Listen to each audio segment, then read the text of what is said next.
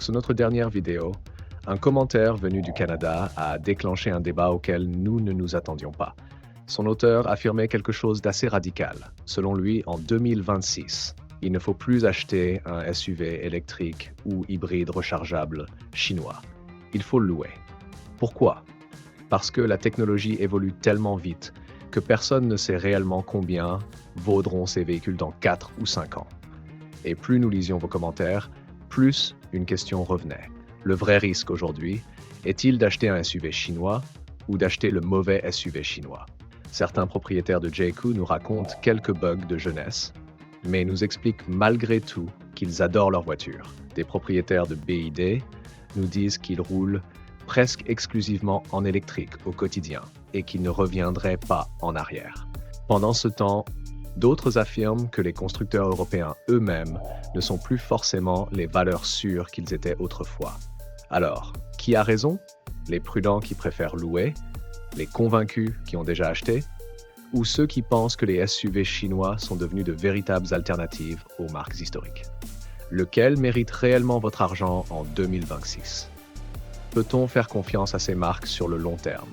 Et c'est précisément là que commencent les premières différences. Commençons par le plus compact de notre sélection, le BYD Atto 2. Avec environ 312 km d'autonomie WLTP selon la version, ce SUV vise principalement les trajets urbains et périurbains. Son objectif est simple, être facile à vivre, facile à garer, facile à utiliser et facile à recharger. Pour beaucoup d'automobilistes, c'est exactement ce qu'ils recherchent. Mais soyons honnêtes, lorsque l'on commence à parler de longs trajets familiaux de départ en vacances ou de plusieurs années de possession, ce n'est probablement pas le modèle qui fait le plus rêver. Il remplit sa mission, sans forcément aller beaucoup plus loin. Puis arrive le JQ 5, et c'est probablement l'un des SUV qui suscite le plus de réactions actuellement. Pourquoi? Parce qu'il représente parfaitement les forces, mais aussi les interrogations liées aux nouvelles marques chinoises. Sur le papier, l'équipement est généreux, la présentation est valorisante, et la marque accélère rapidement son développement en Europe. Mais ce qui a retenu notre attention ne sont pas les chiffres. C'est le témoignage d'un propriétaire belge qui nous suit depuis plusieurs semaines. Quelques jours après avoir reçu son JQ 5 électrique, il nous expliquait être extrêmement satisfait de son achat. Puis sont apparus quelques petits problèmes, un bug de l'écran central, un souci lié à la radio numérique, quelques réglages à améliorer sur certains capteurs de stationnement. Et pourtant, sa conclusion n'a jamais changé. Je cite l'idée générale de son message. J'ai rencontré quelques défauts, mais j'aime toujours énormément mon véhicule. Et honnêtement, ce témoignage est passionnant, parce qu'il illustre parfaitement ce que vivent souvent les premiers acheteurs d'une nouvelle marque. La question n'est pas de savoir si un problème apparaîtra un jour. Aucune marque n'est totalement à l'abri. La vraie question est de savoir comment le constructeur réagit lorsqu'un problème apparaît. Dans ce cas précis, le suivi de la concession, les échanges avec l'atelier et les solutions proposées semblent avoir joué un rôle essentiel dans la satisfaction du propriétaire. Alors, entre ces deux modèles, notre préférence va au JQ 5, non pas parce qu'il est parfait, mais parce qu'il répond directement à la question que beaucoup d'acheteurs se posent aujourd'hui. Que se passe-t-il après la livraison? Et pour l'instant, les retours que nous observons semblent plutôt encourageants. Mais attention, le prochain duel va changer complètement de dimension, parce que à partir de maintenant, nous allons parler de deux visions totalement différentes de l'automobile, acheter ou louer. C'est probablement ici que le débat devient le plus intéressant. Faut-il encore acheter un SUV chinois en 2026 ou vaut-il parfois mieux le louer pendant 3, 4 ou 5 ans? La question peut sembler étrange, mais plus nous lisions vos commentaires, plus elle revenait. Un abonné canadien nous expliquait même qu'aujourd'hui, chez lui, peu importe la marque, électrique ou hybride rechargeable, il préfère louer. Pourquoi? Parce que les batteries évoluent, les logiciels évoluent, les technologies évoluent, et surtout, personne ne sait exactement à quoi ressemblera le marché dans 5 ou 7 ans. Et c'est précisément ce qui rend notre prochain duel aussi intéressant. Commençons par le choix le plus rationnel de cette sélection, le MG HS hybride rechargeable. Et, honnêtement, on comprend facilement pourquoi il plaît autant. Avec plus de 100 km d'autonomie électrique WLTP selon les versions les plus récentes, de nombreux conducteurs peuvent effectuer la majorité de leur trajet quotidien sans utiliser le moteur essence. Puis, lorsque les vacances arrivent ou lorsqu'un long trajet s'impose, le réservoir prend le relais. Pas de stress lié à la recharge, pas de recherche de bornes, pas de changement d'habitude majeur. Et surtout, MG dispose déjà d'un réseau important en France, avec environ 183 points de vente et de services. Pour beaucoup d'acheteurs, cette présence rassure énormément. Le MG HS ne cherche pas à révolutionner l'automobile. Il cherche à simplifier la vie de son propriétaire et parfois, c'est exactement ce que recherchent les familles. Puis arrive le Xpeng G6 et soudain, le débat change complètement. Parce que cette fois, nous ne parlons plus seulement d'un moyen de transport, nous parlons d'un véhicule qui donne un aperçu de ce que pourrait devenir l'automobile dans les prochaines années.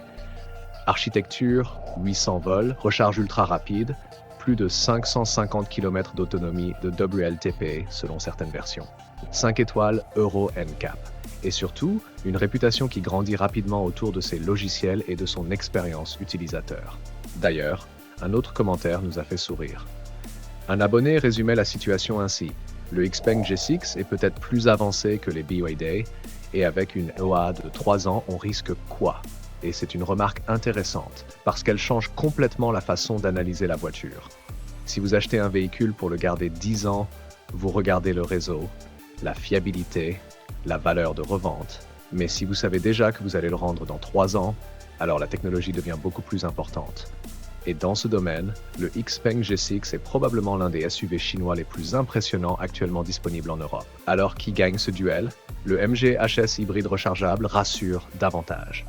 Le Xpeng G6 impressionne davantage. Le MG est probablement le choix le plus prudent. Le Xpeng est probablement le plus excitant.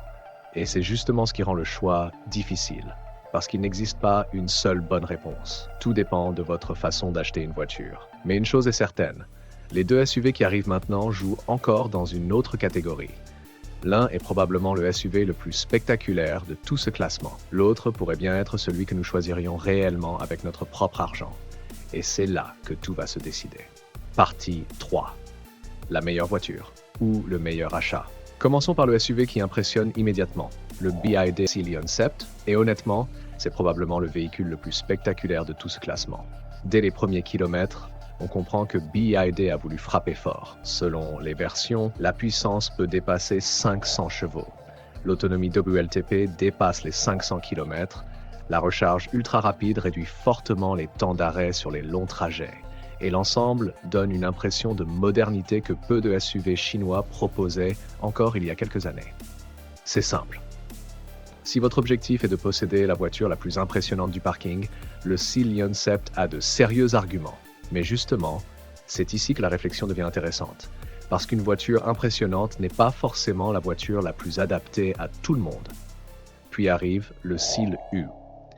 Et contrairement au Scion Sept, il ne cherche pas à vous impressionner dès les premières minutes. Il cherche plutôt à vous convaincre avec le temps, de l'espace, du confort, une utilisation familiale cohérente, une batterie Blade développée par BYD, une garantie pouvant atteindre 8 ans pour la batterie selon les conditions du marché, et surtout une philosophie beaucoup plus orientée vers le quotidien. D'ailleurs, un commentaire reçu sous notre dernière vidéo résume parfaitement cette réalité.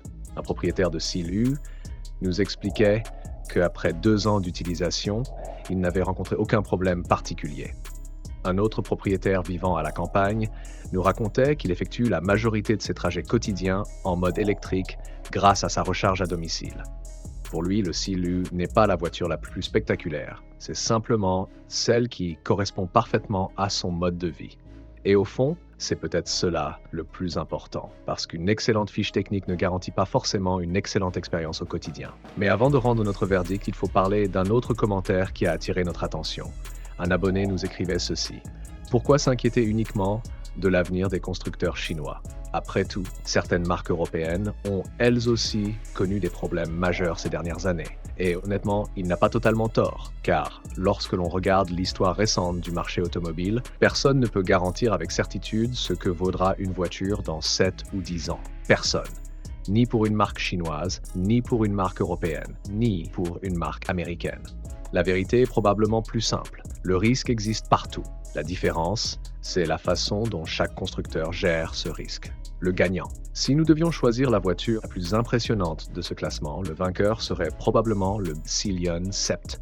Mais ce n'était pas la question. La question était, quel SUV choisirions-nous réellement avec notre propre argent pour vivre avec pendant plusieurs années? Et dans ce cas, notre choix se porte sur le BYD Seal U, parce qu'il présente probablement le meilleur équilibre global. Le Scion Sept impressionne davantage. Le Xpeng G6 innove davantage. Le MG HS rassure davantage. Le JQ5 séduit énormément de nouveaux propriétaires.